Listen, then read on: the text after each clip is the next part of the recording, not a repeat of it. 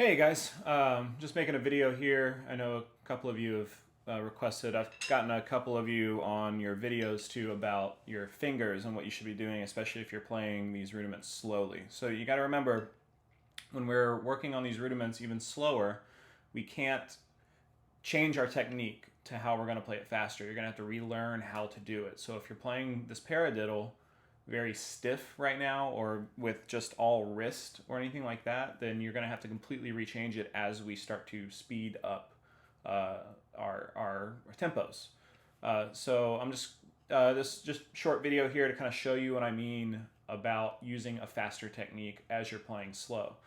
Big thing is, again, just make sure we're gripping the stick right. We are going to start using a little bit of finger, and it's going to be slow finger, which might be a little hard at first, but the more you practice it, the better it's going to get.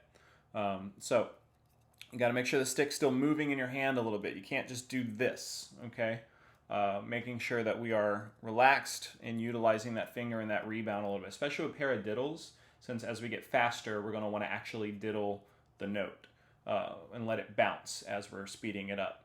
So we're not, trying to force those out, okay?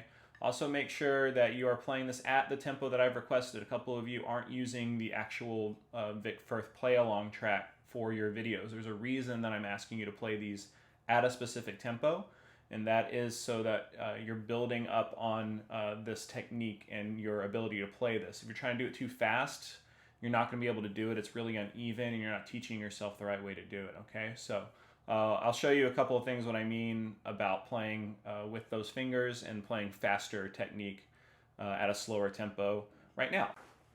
Basically, again, all we want to worry about here is playing with our finger initiating some of these bounces. So right now, again, I see a lot of this type of thing.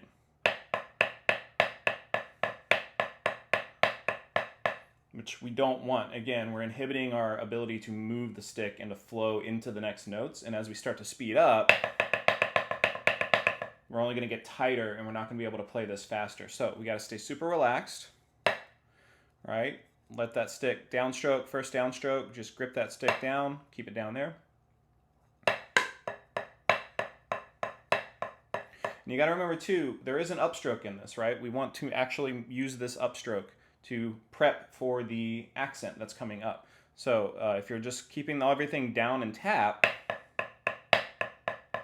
we're not setting up for a faster tempo. And again, if I try to play that faster,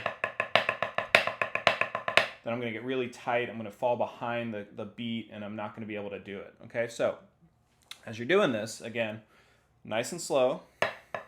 All right, and if you can see right there, when I played that double stroke, I'm relaxing that finger. And I'm almost letting the stick bounce and then catching it, okay? Just like we were doing our alley-oop stroke. It's the same thing, it's just a little shorter.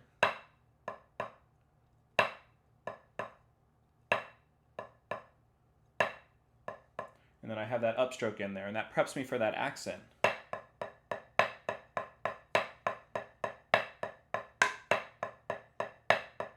It's not real even right now, but I haven't played at all today because it's still early in the morning on a Monday.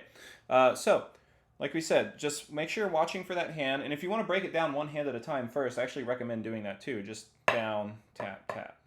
Down, tap, tap. That was a bad downstroke, sorry. Down, tap, tap. Down, tap, tap.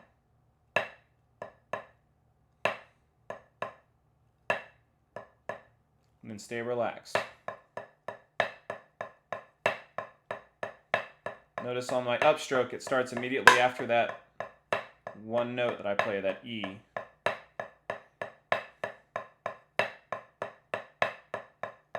Okay, and obviously do this with a metronome too. So make sure you're staying in time. And then as you start to gradually speed up, that hand-to-hand motion is going to flow a lot better.